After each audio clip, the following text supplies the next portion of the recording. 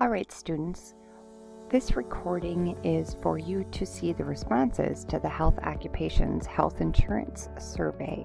You're going to use these responses to answer the questions that follow.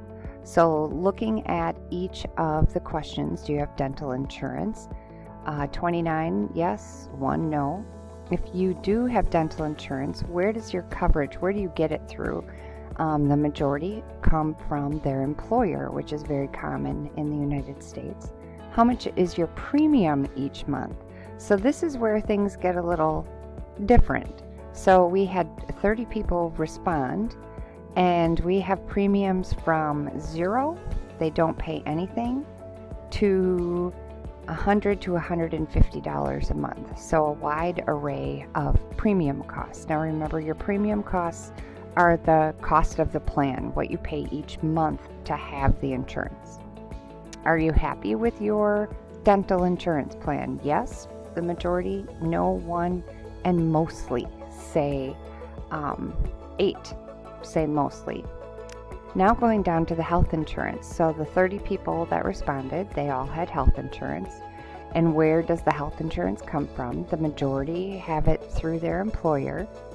1, the healthcare marketplace, 1, the Department of Health and Human Services, and nobody buys their own plan through a private company. How many people are covered under your plan? So looking at how many people are covered under your plan, we've got a wide range or array of amounts of people that are covered, ranging from 1 to more than 5 that are covered underneath the health insurance policy. Now looking at this, what is your monthly premium? Again, look at the difference in amounts. So we have 3 to 400, 50 to 100, 300 to 400, 400 to 500. Here's a 0, more than 1,000. We've got a couple that are more than 1,000. 500 to 600, 500 to 600, 4 to 5, 7 to 8, less than 50, and another 0. I'm going to make the assumption that the 2 zeros are probably those who are receiving their health care from Badger Care or Medicaid. So if you look at the numbers, though, for the rest of the people, there's a wide range of costs for a health insurance policy. Moving on, what's the per person deductible each year? So the deductible per person is the amount that you are responsible for paying of any medical bill before your insurance starts paying. So again, look at the wide array of responses: 500, 6,000, 1,500, 5,000. Some are unsure, $4,500. Here we have 0, 4,000 for the whole family. Here, this one's 150. This is concerning that a lot of people don't know what their per person deductible is. And we'll talk about that more once you learn more about health insurance. But what I want you to do is just look at the difference in all of these numbers. Okay? So per person deductible in the plans. Now, coinsurance is the next one. Coinsurance is your percentage that you're still going to pay for every medical bill after meeting your deductible. The most popular coinsurance tends to be 80-20, meaning the insurance will pay 80% of every bill, and you'll be responsible for paying 20% of every bill. So we've got a couple of different options here. We've got no, my insurance covers 100%. There is no coinsurance. Yes, it's 90-10, that was 6. 80-20 is 8. 70-30, is 1. And I don't know is 6. This is troubling as well. How can people not know how much they have to pay towards their medical bills? And then looking at the cost. Do you feel the cost of your insurance plan is just right? So most people believe it's just right. A third say it's too high. If you don't have insurance, why don't you have insurance? So we have one person said they don't have it because they can't afford it. 4 said other, and then the other obviously 23 people have health insurance.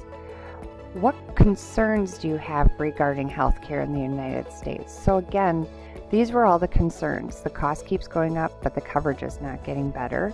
People in the United States can't afford insurance. People are afraid to go to the doctor or seek medical care because of the cost. Controlling the cost of life-sustaining medications like EpiPens or insulin for type 1 diabetes, anti-seizure medications.